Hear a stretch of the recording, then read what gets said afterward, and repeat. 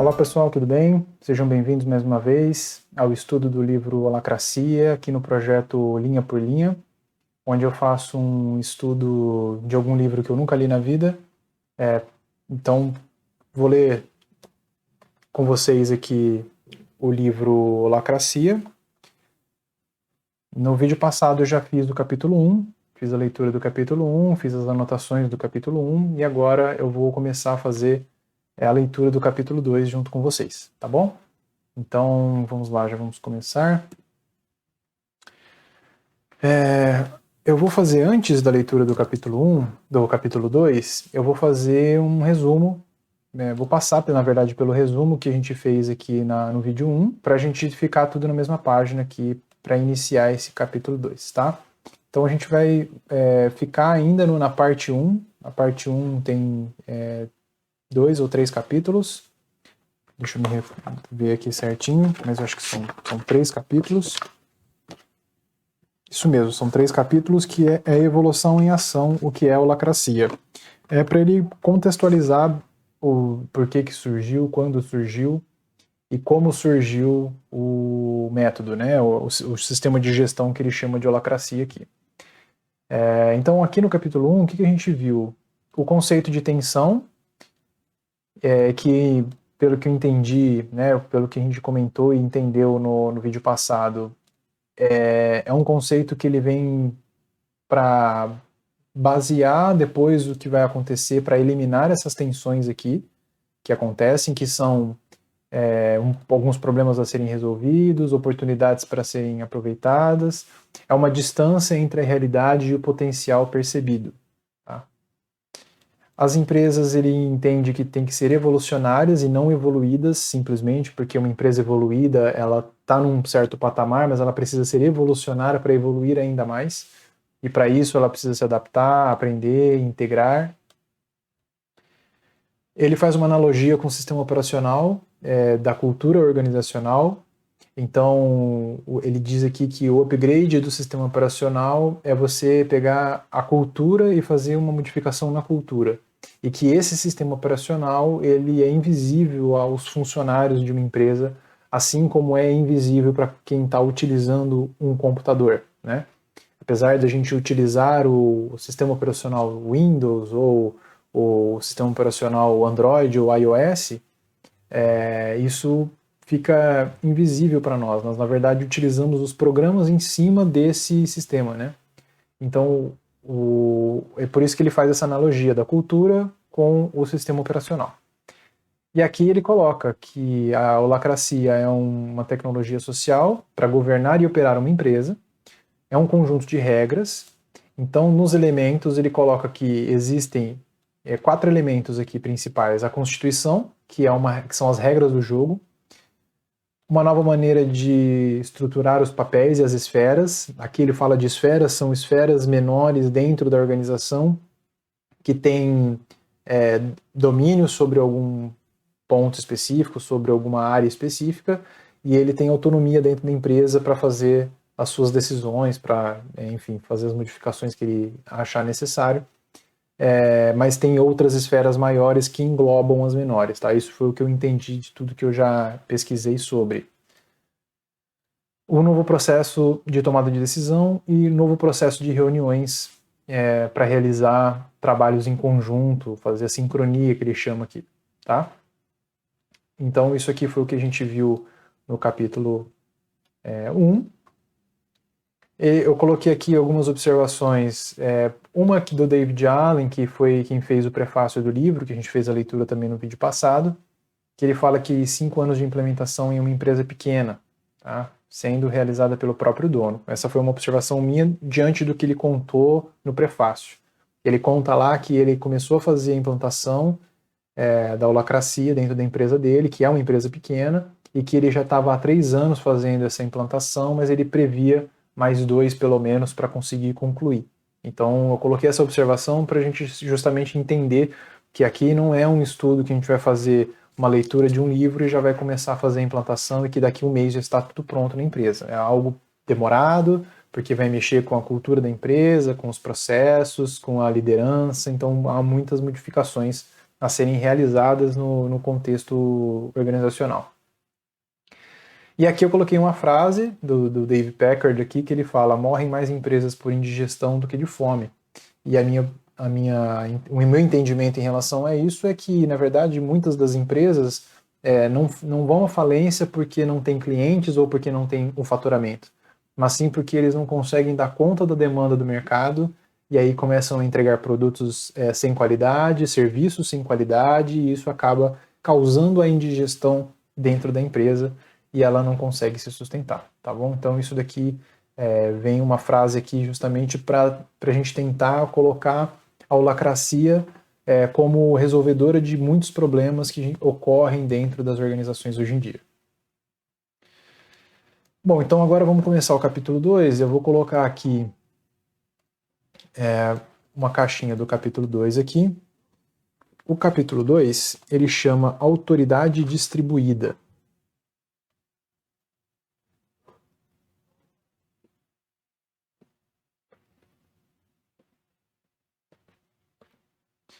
E a gente vai começar esse capítulo na página 25. Então vamos lá. As pesquisas mostram que cada vez que uma cidade dobra de tamanho, a inovação ou a criatividade por residente sobe em torno de 15%. Porém, quando as empresas se tornam maiores, a inovação ou a criatividade por funcionário geralmente diminui. Esse dado fascinante me foi apresentado por um homem de cabelo escuro cortado bem curto, que me encurralou logo depois que terminei minha palestra em uma conferência de negócio há alguns anos. A maioria das pessoas ali usavam trajes corporativos. Ele estava de jeans e camiseta, embora um ar de contida intensidade desmentisse sua aparência informal. Então, ele prosseguiu, estou interessado em como podemos criar organizações que se pareçam mais com cidades e menos com corporações burocráticas. Aquele desconhecido me crivou de perguntas por uns 10 minutos ou mais. Você acha que a holacracia pode conseguir isso? Sim, respondi. Qual foi a maior empresa com a qual já trabalhou? Quantas companhias já estão aplicando o sistema? E eu fiz o que pude para responder bem as perguntas, com o olho no relógio, pois já estava atrasado para a minha próxima palestra. Enquanto seguia apressado pelo corredor, lembrei que nem tinha perguntado o nome dele ou por que estava tão apaixonadamente interessado naquele assunto. Mais tarde naquele mesmo dia, quando me sentei na plateia para assistir ao principal debate noturno do evento, fiquei surpreso ao ver um homem com quem havia conversado antes subir ao palco e ser aplaudido com entusiasmo. Meu inquiridor era Tony C, não sei pronunciar esse sobrenome dele, que foi o discreto CEO do varejo online Zappos, autor do livro Satisfação Garantida e um dos líderes empresariais mais visionários e inovadores da atualidade. Tony e eu tivemos a oportunidade de continuar nossa conversa depois, durante o evento, e ele falou mais sobre o que estava tentando conquistar. A Zappos está crescendo e chegando a 1.500 funcionários. Temos de conseguir escala sem perder nossa cultura empresarial, nem submergir na burocracia. Então, estou procurando uma maneira de administrar as Zappos mais como uma cidade. Sim, respondi, feliz por ter encontrado alguém com o mesmo interesse nesse tipo de desafio.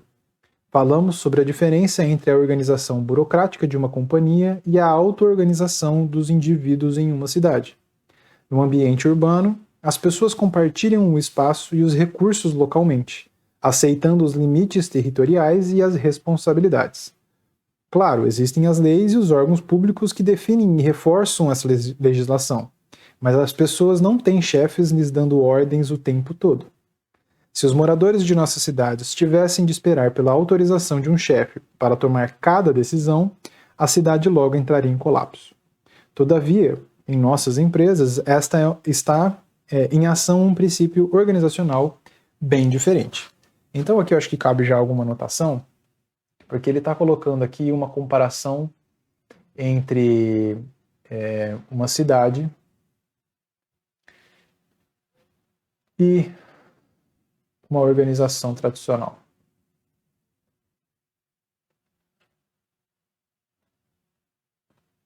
O que a gente vê na cidade? autonomia, porque os moradores dessa cidade, eles não têm que, os cidadãos, eles não têm que perguntar para alguém toda vez que vão tomar alguma ação para agir dentro dessa cidade. Flexibilidade. E isso faz com que essa cidade seja eficiente, né? Afinal de contas, se a gente não tivesse essas características da cidade aqui, ela não conseguiria sobreviver, vamos dizer assim. E a organização, você tem o contrário disso, que são os chefes,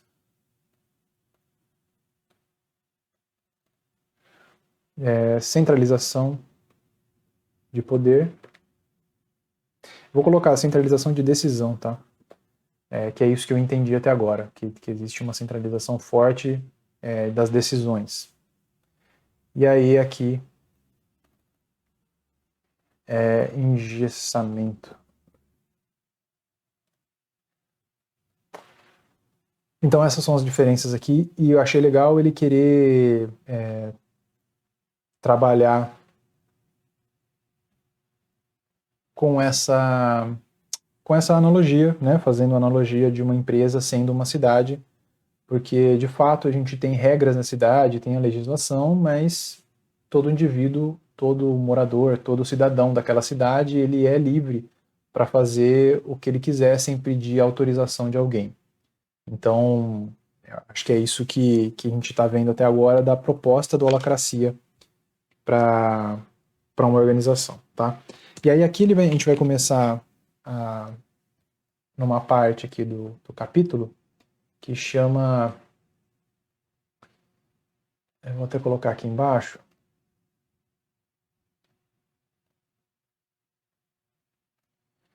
chama Como você distribui autoridade. Autoridade. Isso aqui a gente está na página 26.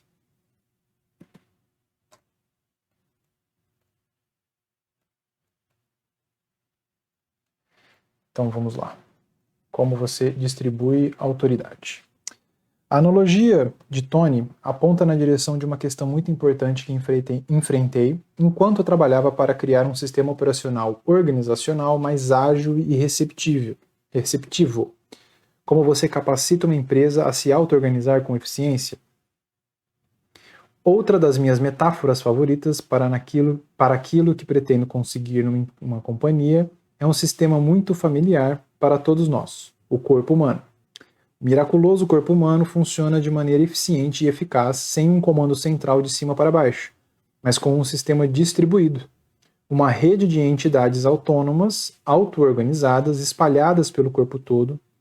Cada uma dessas entidades, que são as células, os órgãos, os sistemas, tem a capacidade de receber mensagens, processá-las e gerar respostas. Cada uma tem uma função e autonomia para definir como essa função será cumprida. Pense na quantidade de informações que seu corpo processa a cada momento. É extraordinário. Haveria alguma maneira de o corpo funcionar se centralizasse todo o processamento das informações no topo, na mente consciente? Imagine, por exemplo, se os glóbulos brancos do sangue, ao registrar uma doença, tivessem de enviar a informação para a mente consciente e esperar uma resposta antes de começar a produzir anticorpos.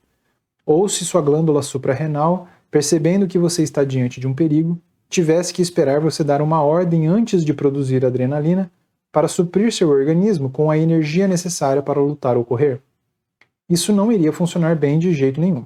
E, no entanto, é assim que esperamos que nossas organizações funcionem. Então ele faz uma outra analogia aqui.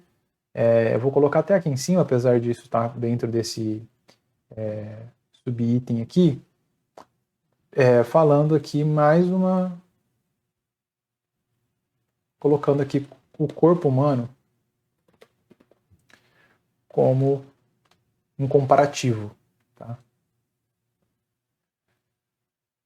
Vou colocar aqui. Vamos colocar aqui, queria colocar bem o que ele falou.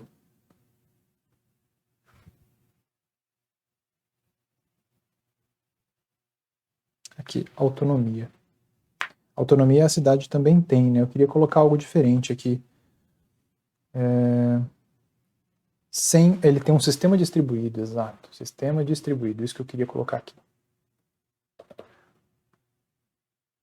E esse sistema distribuído é uma rede de entidades autônomas. Rede de entidades autônomas. Que eu acho que isso aqui já dá uma boa explicação aqui do que ele quis dizer, tá? Os líderes mais visionários da cultura corporativa contemporânea estão todos cientes dos problemas gerados pelo modelo hierarquizado de previsão e controle. Eles enxergam as limitações do modelo e percebem suas consequências malignas. Mas o que resta ao nobre e bem-intencionado líder? Quase sempre, ele tenta dar poder aos outros, como bons pais que buscam dar autonomia aos filhos. Predomina atualmente a visão de que aprimorar as organizações significa colocar no poder líderes bem desenvolvidos, sábios e conscientes, para que atuem como bons pais. O problema dessa abordagem corporativa foi explicitado com muita clareza em uma peça em que fui assistir há alguns anos, escrita pelo meu autor favorito da área de negócios, Barry Oshry. É um drama brilhante sobre o mundo empresarial e uma das cenas realmente me marcou. Um líder muito respeitado é demitido e um dos profissionais de sua equipe, lamentando a partida do chefe, virou-se para um colega e pergunta: quem vai nos dar poder agora? Considero mordaz a ironia intencional da frase, mas ela também é esclarecedora. Claro que essa é a clássica posição da vítima que não tem poder e precisa de alguém que lhe dê isso. Mas revela também o efeito colateral negativo do trabalho do líder bem intencionado, quando, heroicamente, ele dá poder aos outros em uma estrutura corporativa inerentemente incapaz disso de maneira espontânea. Ele, paradoxalmente, coloca as pessoas na posição de vítimas. Ou seja, o líder ele vai lá e coloca uma arma na mão do funcionário dele, né, do subordinado dele, falando que ele tem um poder agora, mas no final das contas ele acaba dando tiros errados e sendo vítima desse poder. Por mais que os melhores líderes atuais queiram dar voz e poder aos outros, a estrutura formal de poder das corporações modernas é a de uma ditadura, como observou um de nossos clientes. De início, meu cofundador e eu queríamos administrar nossa empresa de maneira igualitária. Estávamos todos juntos no negócio, mas a maneira como a companhia foi estruturada e os processos estabelecidos ainda eram o de uma hierarquia tradicional em que as pessoas se reportavam a mim. Não tínhamos um método para tratar disso de outra forma, não um que eu pudesse confiar para fazer tudo funcionar. Essa forte dependência do CEO ou de seu equivalente limita o aproveitamento das tensões percebidas na organização como um todo e cria um ponto único com potencial de falha na capacidade da empresa de se governar de modo eficaz. Como afirma o escritor de negócios Gary Hamel, dê a alguém a autoridade de um rei e mais cedo ou mais tarde haverá uma confusão real. Hamel observa ainda que, na maioria dos casos, os gestores mais poderosos são os mais distantes da realidade da linha de frente. Com muita frequência, as decisões que tomam no alto do Olimpo mostram-se impraticáveis no chão. Isso aí eu queria comentar, porque para mim é uma realidade, porque os CEOs, os diretores, né, o alto escalão de uma empresa, ele pode até ter vivido a operação em algum momento, porque muitas das vezes essas pessoas que estão em cargos mais altos, eles vieram da operação, mostraram o trabalho deles, durante anos estiveram na empresa, e aí conseguiram alcançar esses cargos. Então ele até pode pensar que ele conhece a operação em si, mas no final das contas, quando ele era da operação, o cenário com certeza era totalmente diferente do que é no momento atual.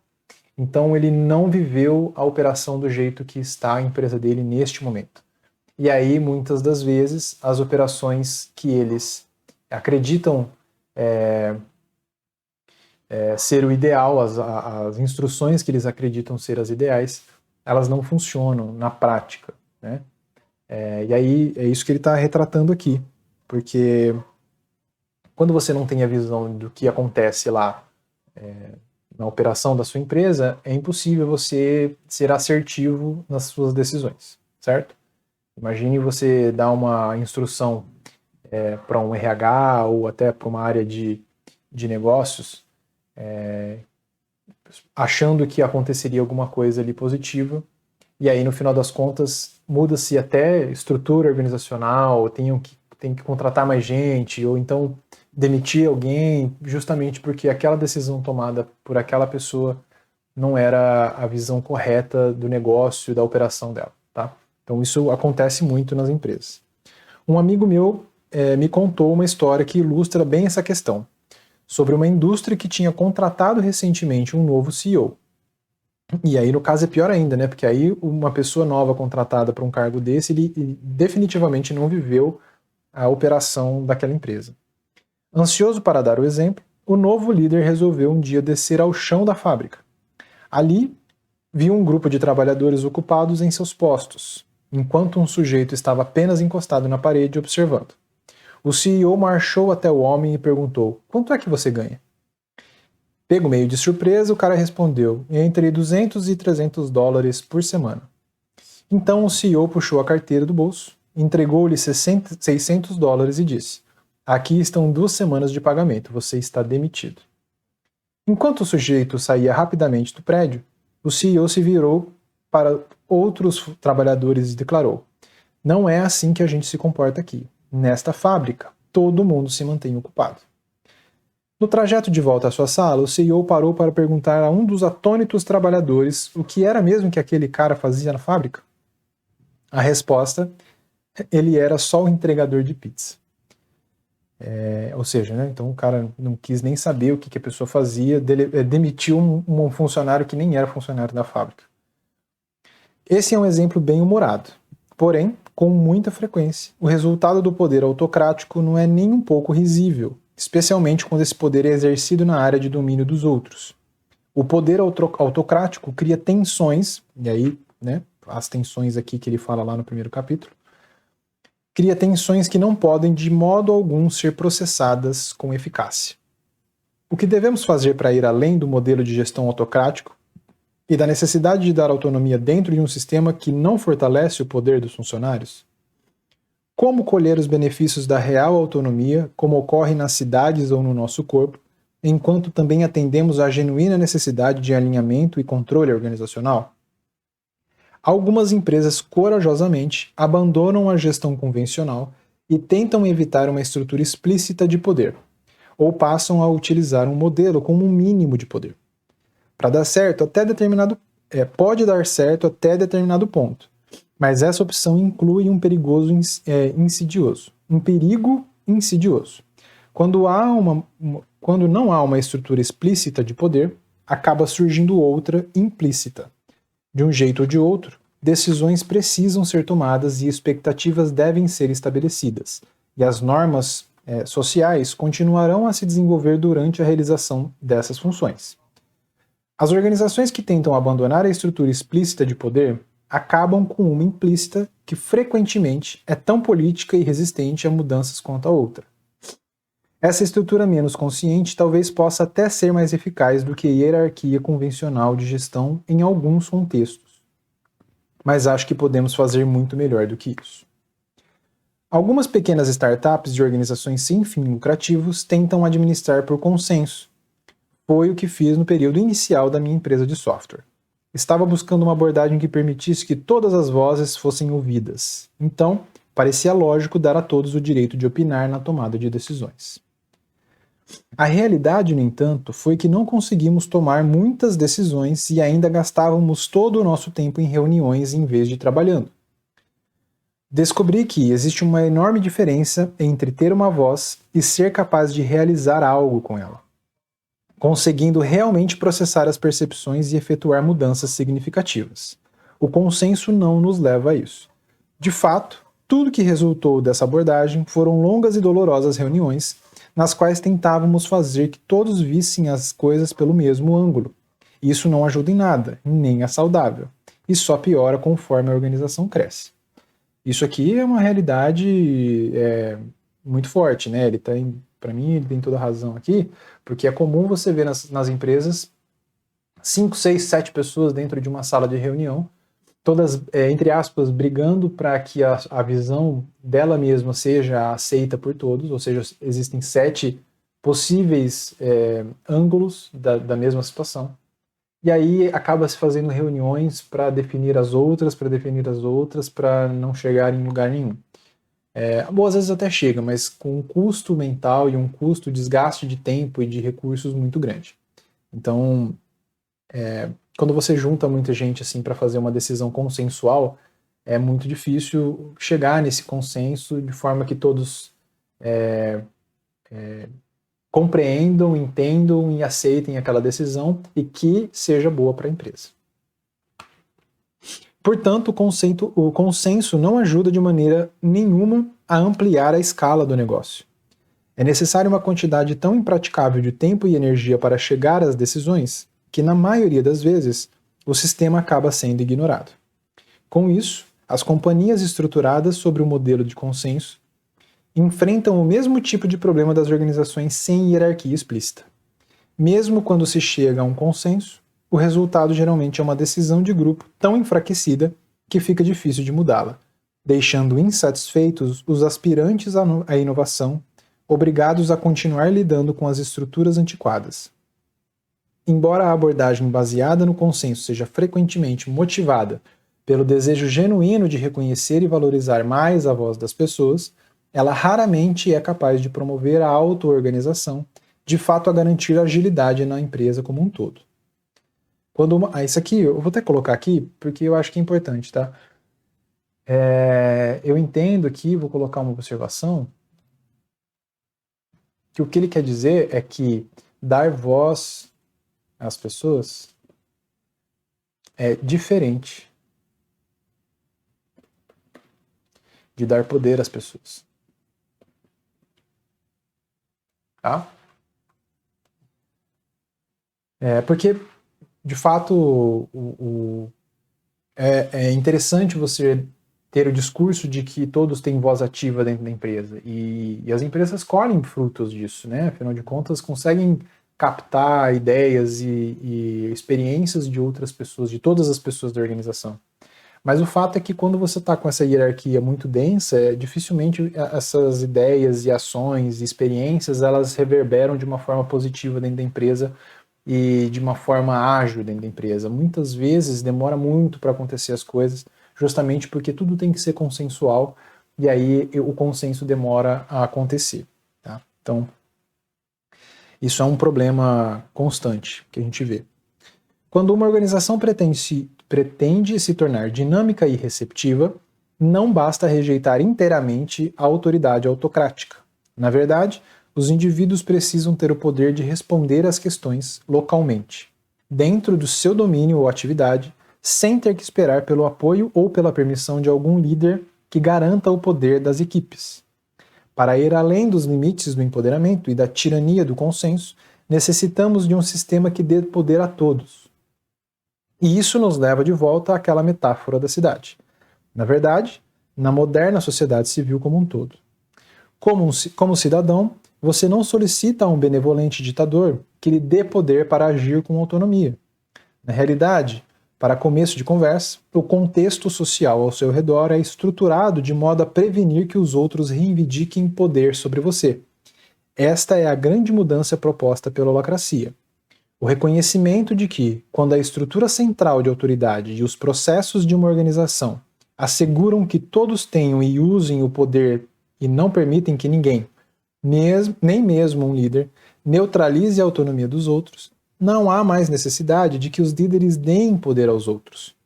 Em vez disso, passamos a contar com algo muito mais poderoso: o espaço onde cada um de nós pode encontrar seu próprio empoderamento e um sistema que protege esse direito, não importa que ações um indivíduo adote, qualquer que seja a sua posição. Então, o que ele fala aqui é que o esquema aqui é que você não precisa receber poder, né? Um líder não precisa dar o poder a alguém. O contexto todo que se cria com a holacracia faz com que o poder seja inerente a cada pessoa.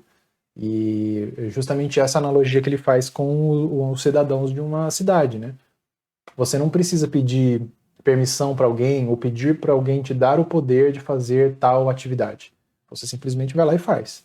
Desde que dentro da legislação, das regras, das leis da cidade, das leis do país que você está inserido. Então, que é justamente a Constituição que também tem aqui na holacracia. Tá?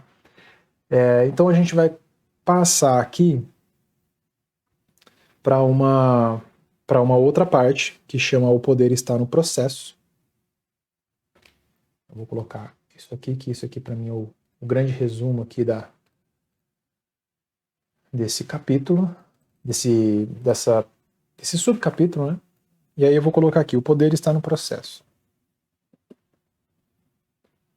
Isso aqui a gente está na página 31. Pra vocês acompanharem aí. Certo?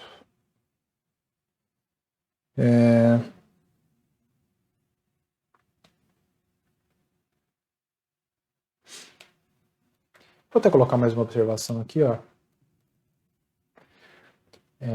Na holacracia, não há um líder que dê poder aos outros. O poder está no processo. Isso aqui. Então vamos lá. O poder está no processo. Que é justamente o gancho que ele dá aqui para o próximo subitem aqui. Na holacracia, a distribuição da autoridade não é apenas uma questão de tirar o poder das mãos de um líder e atribuí-lo a outra pessoa ou até mesmo a um grupo.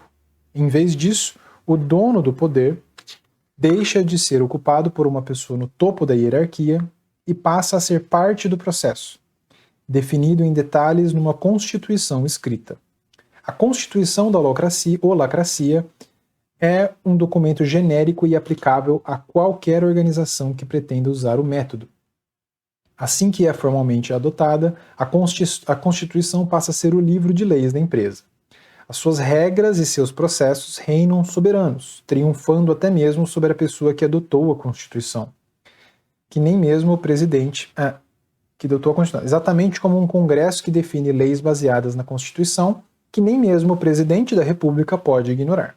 Assim, a Constituição da holacracia instala o trono da autoridade no processo legislativo, e não em um legislador autocrático. Você pode encontrar essa Constituição em inglês em holacracy.org/constitution, mas tem em outras línguas, inclusive em português também tem. Em português, ele coloca aqui um asterisco, existe um site que é holacraciabrasil.com, que é uma cópia desse site holacracy.org, e nele está tudo em português do Brasil. Eu já entrei nesse site, é bem legal, tem tudo lá explicado, e a Constituição, se eu não me engano, está na versão 4. alguma coisa, no momento que eu estou gravando esse vídeo. 4.1, se eu não me engano. Mas não há necessidade de ler esse documento para aprender a holacracia, porque na verdade são as regras, né? Raramente ler um manual de instruções é a melhor maneira de aprender um jogo novo e complexo. Em geral, o ideal é simplesmente aprender as regras básicas e então começar a jogar, recorrendo ao manual como referência quando necessário. Mesmo assim, é essencial saber que existe um manual de instruções e concordar em seguir as regras. Um jogo não é um jogo se alguém resolve ir criando as regras enquanto joga. Quando estou implantando a holacracia em uma empresa, o primeiro passo é fazer o CEO adotar formalmente a Constituição e conceder seu poder ao sistema de regras. Ao ceder heroicamente sua autoridade para o método que adotou, o líder prepara o caminho para uma autêntica distribuição do poder em todos os níveis da organização. Essa mudança da liderança pessoal para um poder derivado constitucionalmente é essencial para o novo modelo da holacracia, Eu vou só dar uma pausa aqui para a gente poder anotar isso, porque eu acho que é importante, né? Ele fala aqui de um primeiro passo, apesar de eu ter certeza que ele vai falar sobre como começar, né, a fazer isso dentro da empresa, mas ele coloca aqui, ó, primeiro passo. Primeiro passo, que é, vamos ver aqui, fazer o CEO adotar formalmente a Constituição. CEO adotar formalmente a Constituição. E conceder seu poder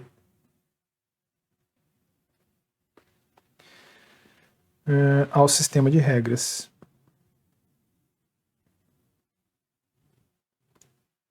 Então a gente já tem descrito de uma forma bem superficial ainda, obviamente, mas um primeiro passo para a implantação, né, que é como ele mesmo implanta quando ele está fazendo a consultoria do método dele. O Brian Robertson. Vamos lá, aqui. Essa mudança da liderança pessoal para um poder derivado constitucional. Essa aqui eu já li. Mesmo com as melhores intenções e ótimos líderes, um sistema de autoridade hierarquizado leva quase inevitavelmente a uma dinâmica pai-filho entre chefes e funcionários. Arquétipos familiares são quase impossíveis de evitar. O resultado é que os trabalhadores se sentem sem poder, vitimizados, e os gestores, por sua vez, se consideram sobrecarregados por ter que assumir toda a responsabilidade e lidar com as tensões de todos. A holacracia diz aos chefes: não é mais sua função solucionar os problemas de todos e assumir a responsabilidade por tudo. Legal, gostei, vou colocar aqui, ó. Aos chefes.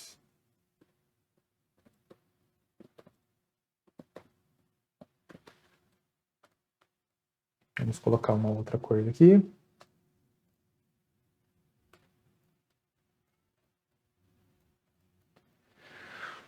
Aos chefes não é mais sua função. Não é mais sua função solucionar os problemas de todos.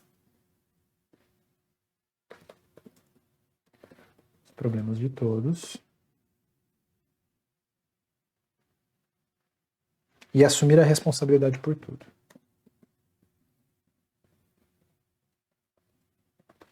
Então isso é o que diz a holacracia aos chefes.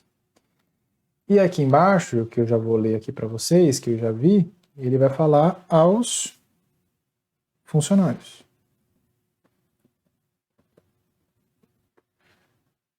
Que é: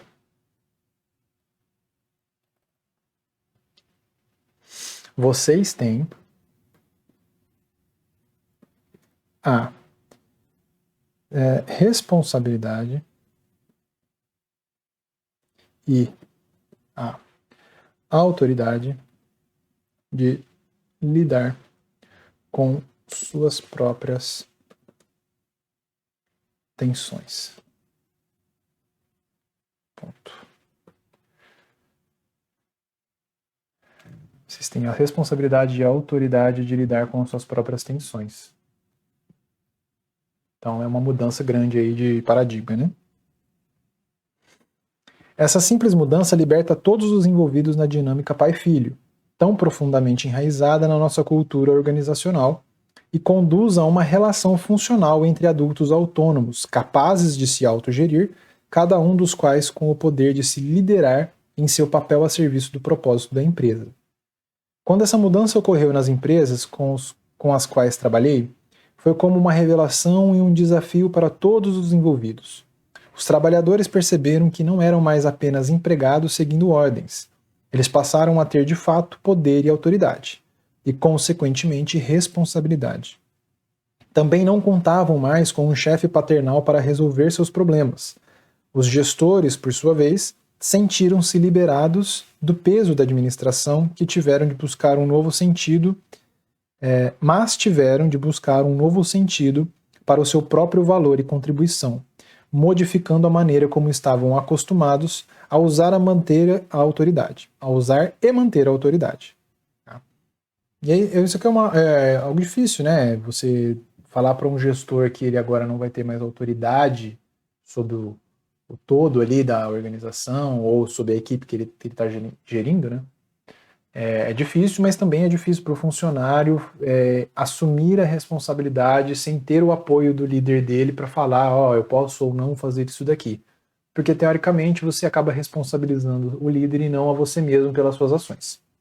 Então, quando você busca uma aprovação, quando você busca algo que... autorização mesmo para você fazer alguma coisa, você acaba colocando nas costas do outro o peso da sua ação, tá? Então é isso que ele fala aqui e que é um desafio, na minha visão é um desafio, né? Uma das partes mais interessantes do meu trabalho é lembrar aos CEOs que adotaram recentemente a holacracia. Eu pulei uma parte aqui, ó. Eles passaram a ter de fato poder e autoridade e, consequentemente, responsabilidade. Também não contavam mais com um chefe paternal para resolver os seus problemas. Os gestores, por sua vez, sentiram-se liberados do peso da administração, mas tiveram de buscar um novo sentido para o seu próprio valor e contribuição, modificando a maneira como estavam acostumados a usar e manter a autoridade. Uma das partes mais interessantes do meu trabalho é lembrar aos CEOs que adotaram recentemente a holacracia que eles não têm mais autoridade para tomar essa decisão. Por outro lado, também tenho que lembrar aos outros: vocês têm responsabilidade e autoridade para tomar essa decisão. Isso é da sua própria conta e o chefe não tem de lhes dizer o que fazer nem apoiar sua decisão. É interessante observar que a maioria dos CEOs com quem trabalhei recebe essa mudança com um tremendo alívio, o que talvez seja surpreendente para alguns. A mim me surpreende, porque, na minha visão, uma pessoa que tem todo o poder ali da organização, é difícil dele soltar isso na mão de outras pessoas, né? Mas entendo que pela experiência dele, que isso aconteça, realmente o pessoal fica aliviado. Bernard Mary Chiquet, acho que é assim que lê, um coach de holacracia que atua em Paris. Ele mesmo, ex-CEO, afirma que as pessoas geralmente acreditam que deve ser difícil convencer um CEO a abrir mão do seu poder, embora essa não tenha sido sua experiência pessoal na questão. Ele observou que muitos CEOs experientes gostam da ideia de trocar o poder pessoal por um processo organizacional, se conseguirem um modo seguro de fazer isso, atendendo de modo mais eficaz às necessidades da empresa. Também pude constatar isso. Durante uma refeição que fizemos juntos, Evan Williams, cofundador do Twitter e mais recentemente do Medium, descreveu o pavor que sentiu quando considerou a ideia de erguer outra empresa ocupando o papel de um CEO tradicional, assumindo todas as sobrecargas e distrações que o afastavam do trabalho criativo, que para ele é o mais prazeroso. Como adotou parcialmente a holacracia no Medium, a sobrecarga não recai somente sobre os seus ombros. Longe de precisar ser convencido, ele se voltou para a holacracia justamente por conta da distribuição da autoridade.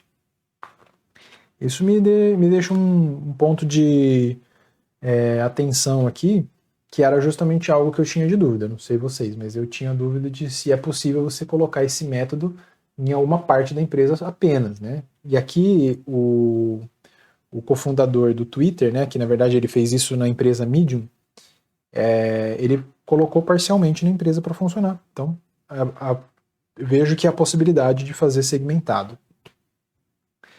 Era isso também que mais intrigava o Tony sobre a holacracia. A promessa de um modo seguro e prático, esse Tony aqui que eu estou falando é o dos Apos lá.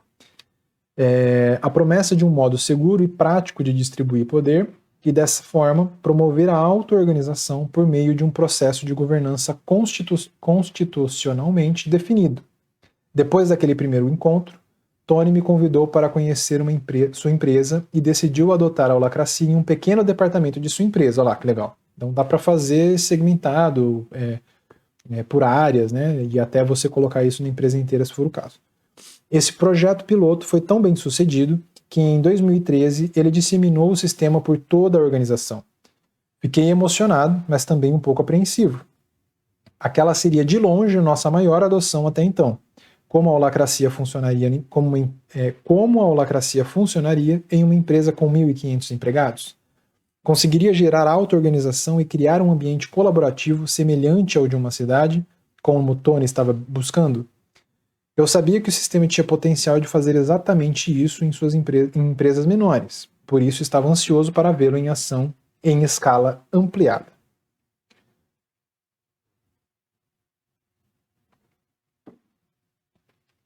O que a equipe das Apos vivenciou ao longo do ano seguinte, assim como acontecera com muitas empresas menores anteriormente, foi que a holacracia pôde genuinamente garantir poder a cada pessoa. O poder que antes era dos gestores agora está distribuído entre os funcionários. Agora cada um é responsável por sua experiência, para trabalhar e levar adiante a companhia, afirma Alexis Gonzalez Black, membro da equipe que liderou a implantação. Fazer essa mudança não é fácil, o que eu imaginei. É realmente difícil treinar os gerentes para recuar e deixar as outras pessoas avançar. Com a holacracia em ação, cada pessoa tem de agir para resolver sua própria tensão, processando-a livre e abertamente. Essa não é uma habilidade natural nas pessoas. Quanto mais você pratica a holacracia, melhor você se torna. Você tem de formar e treinar esse músculo, observa Alexis. À medida que as pessoas foram se habituando à sua nova autoridade, o que ela notou foi a criação de uma cultura de startup, que em cada pessoa é encorajada a se perguntar: se a empresa fosse minha, o que eu faria? Ao distribuir o poder dessa maneira, a holacracia liberta os funcionários para que sejam simultaneamente autônomos e mais colaborativos. Em uma empresa dinamizada pela holacracia não existem mais gestores, como bem disse um dos meus clientes há pouco tempo. Parece um caos democrático, mas na verdade é bastante autocrático. Veja bem, vou colocar aqui essa observação porque é importante. Vou colocar em um post-it amarelinho aqui, que ele fala aqui, ó.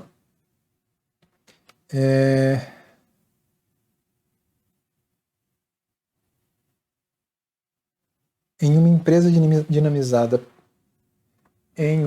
vou colocar entre aspas, em uma empresa dinamizada pela holacracia,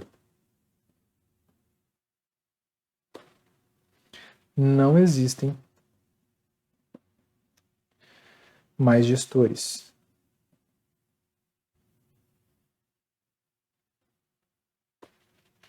Isso é difícil de acreditar, né? Para quem vive no mundo corporativo, imagina uma empresa que você trabalha aí, quem trabalha em empresa, em alguma corporação, seja ela pública ou privada, imagine não ter gestores.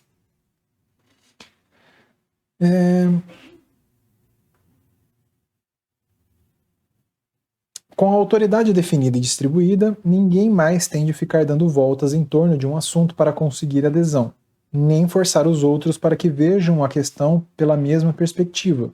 Isso liberta todos para que entrem em ação com confiança, sabendo que existe um processo legislativo que lhes assegura aquela autoridade com o devido direito e respeito. Além disso, a pessoa que tem clareza da sua autonomia está sempre livre para pedir ajuda, informações e trocar ideias. E os outros também se sentem à vontade para ajudar e dar opinião, sem que haja risco de o processo se encaminhar para um impasse em busca de consenso ou para o decreto autocrático de um líder sobrecarregado e muito afastado da questão em pauta. Assim que a pessoa com autonomia reúne informações suficientes para tomar uma decisão com confiança, ela pode tranquilamente encerrar o diálogo, agradecer aos demais e entrar em ação. Todo esse processo gera grande flexibilidade, sensibilidade e adaptabilidade na organização. E são pontos aqui que eu vou colocar porque é importante a gente ter isso em mente, tá? Tá ficando bem grandinho aqui as nossas anotações. Vou colocar um pouquinho para o lado aqui. Deixa eu subir um pouco esse quadro.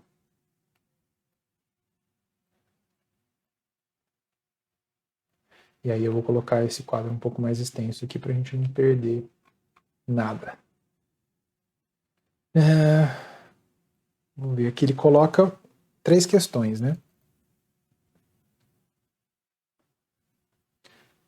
Deixa eu colocar aqui em verdinho. Então é a flexibilidade,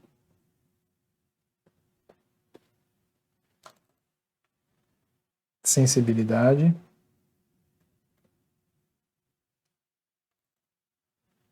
e adaptabilidade.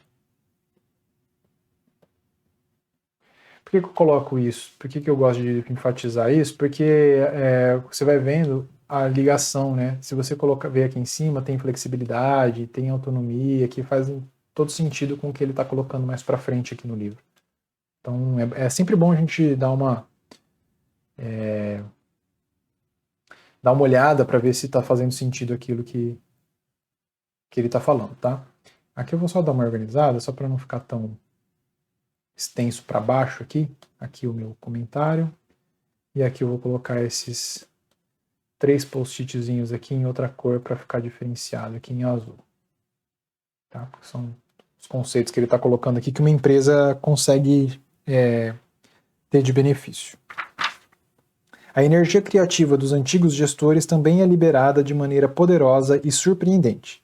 Retomando nossa primeira analogia, se o corpo humano não funcionasse com a autoridade distribuída entre cada célula, órgão e sistema, cada um atuando com a sua devida autonomia e responsabilidade, a mente consciente teria uma enorme sobrecarga de trabalho. Porém, como a nossa energia consciente não é necessária a todo instante para tomar decisões quanto ao nosso funcionamento físico, então fica livre para se dedicar a todas aquelas extraordinárias atividades criativas que constituem a cultura humana. Acredito que isso se aplica às organizações da mesma forma, quando todas as partes agem localmente, cientes de suas responsabilidades e respondendo com autonomia e eficácia. Isso libera os antigos chefes para se concentrarem em um nível totalmente diferente, ou seja, engajar-se nas questões criativas mais amplas de como a organização expressa seu propósito no mundo. Fazendo uma analogia aqui ao GTD, que é o método que o David Allen criou, de produtividade, de gestão de demandas e tudo mais, ele diz exatamente isso, que a nossa mente ela não é feita para armazenar informações, ela é feita para ser criativa, para ter ideias.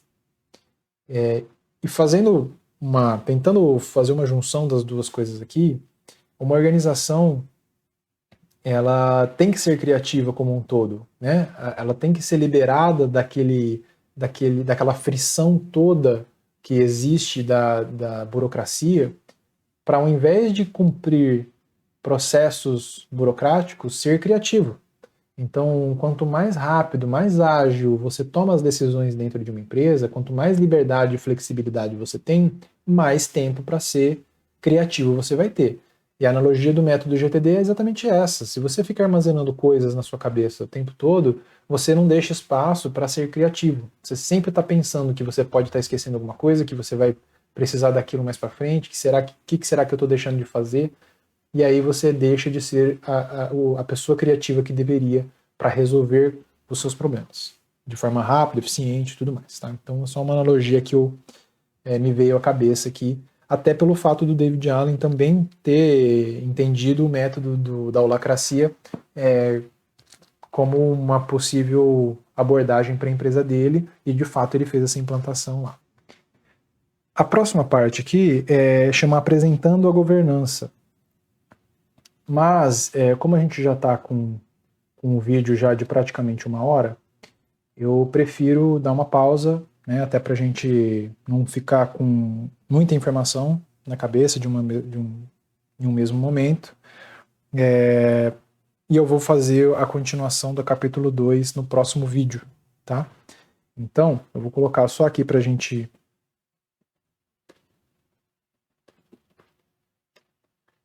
apresentando a governança, na página 36. E a gente finaliza então aqui o vídeo dessa semana para poder fazer a continuação dele na semana que vem apenas, certo? Eu agradeço a participação de todos até o momento, agradeço por vocês terem ficado aqui assistindo até agora o estudo junto comigo, fazendo esse estudo junto comigo. E semana que vem, para quem está assistindo esse vídeo logo na publicação dele, na semana que vem eu lanço o próximo, que vai ser a continuação do capítulo 2, tá bom? Obrigado a todos e até mais.